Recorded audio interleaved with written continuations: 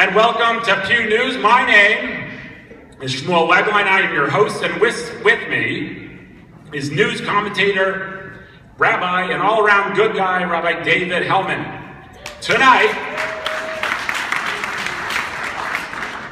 we feature an exclusive, in-depth interview with Rabbi Hellman on his views on the Mechitza proposal, so stay tuned. But first, the news. The YIB new members committee announced today that their spring membership drive has thus far been a huge success. YIB's newest members, Claudine and Adam Grossman, could not be found for comment. I know. The YIB new members committee also revealed yesterday the details of a new exchange program between YIB and the Hadassah Medical Center's departments of nephrology and gastroenterology. Under the program, Hadassah doctors will receive training in Boston area hospitals. In exchange, the Israeli doctors have agreed to participate in at least 50% of all challah-making activities. The program, which starts next fall, will be known as the Kishka and Kidneys Fellowship. Yeah. Nephrology, gastroenterology. Okay. A lot of people have been wondering what former super Gabbai Yossi Pollack has been up to since his retirement last summer. While his current whereabouts are not known, YIB News can now reveal that the Long Island police report that they are seeking Yossi Pollack for questioning.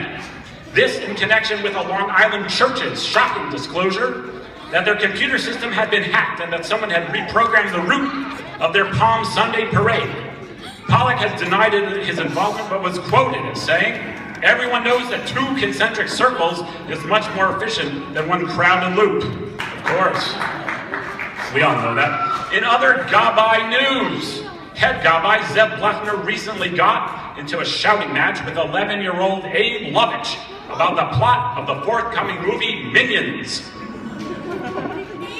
I'm told by our film critic that Minions is not a stirring tale about a man who walked a mile during a snow emergency to ensure a quorum of men at the 420 Mincha.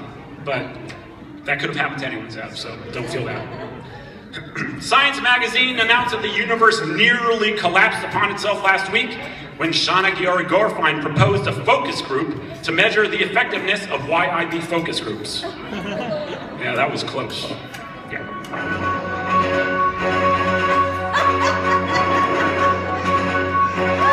Never too late. Never too late for that. Coming up soon, Rabbi Hellman dishes on his Mechitza views exclusively here on YIB News. But first, breaking news. Sources tell us that a warrant has been issued for the arrest of Yossi Pollack on public nuisance charges after he accosts drivers at a New Jersey truck stop asking them, "Are you a Kohen? Are you a Kohen? Are you a Kohen?" Poor guy can't get it out of his system.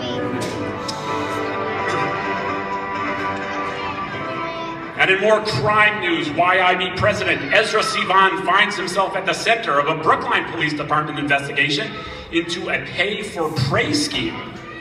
Prayola, maybe. According to our sources in the police department, President Sivan used shul funds to bribe the Gabbaim to ensure that Paul Landskron and Robert Shapiro would daven Psukei Zimran Shachrit respectively every week, so that Ezra would have fewer names to remember during the announcements.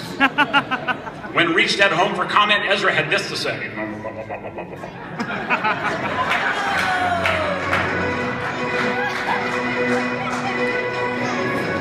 And now the weather, 100 inches of snow and counting. Can 100 inches of snow be a kosher mechitza? Stay tuned as we discuss this and more with the rabbi just minutes away. In business news, Josh Sidney announced last week that he was acquiring the Johnny Walker Company. Analysts describe the acquisition as a win-win. Shareholders are said to be receiving a 25% premium on the price of their shares, and Josh reported a 35% volume discount. That's pretty good. In more business news, gefilte fish and herring announced today that they are joining forces in a marketing campaign to increase their popularity.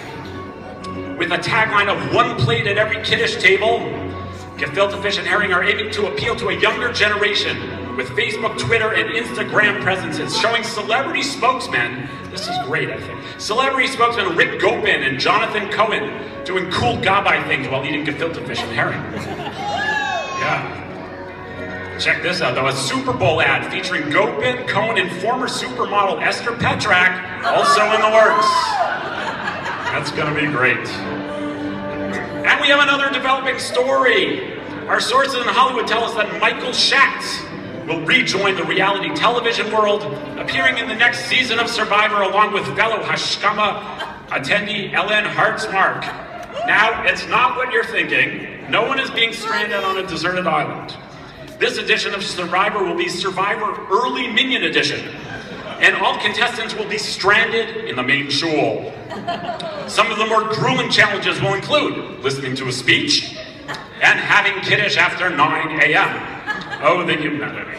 We wish them lots of luck. My advice to the contestants, just eat a donut or something before davening. Is that okay? No? All right, never mind. Don't eat the donut.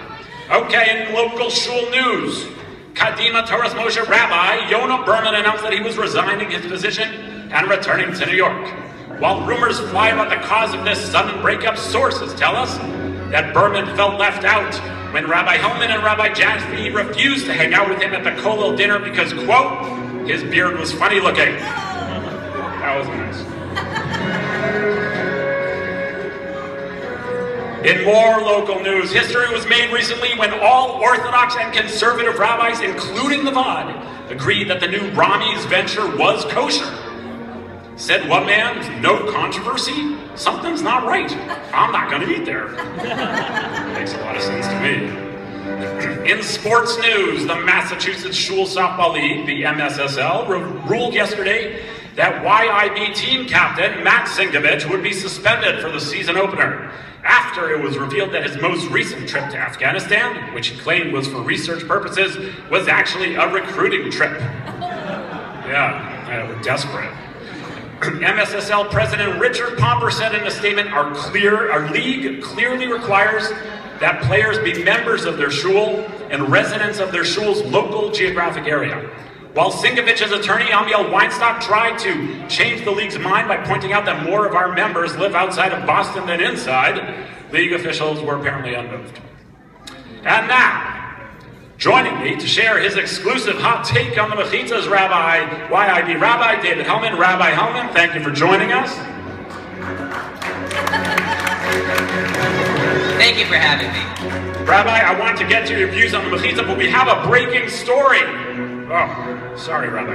I'm told that an all-points bulletin has just been released by the FBI after grainy video emerges of Yossi Pollack shoplifting a suitcase full of index cards and paper clips from a New York City office max. Also wanted for questioning in connection with the heist is YIB member Merv Algie, who police say somehow had a key to the store. Rabbi, sorry for that interruption. Unfortunately, we are out of time. Join us next time for YIB News and a Freilichen Purim!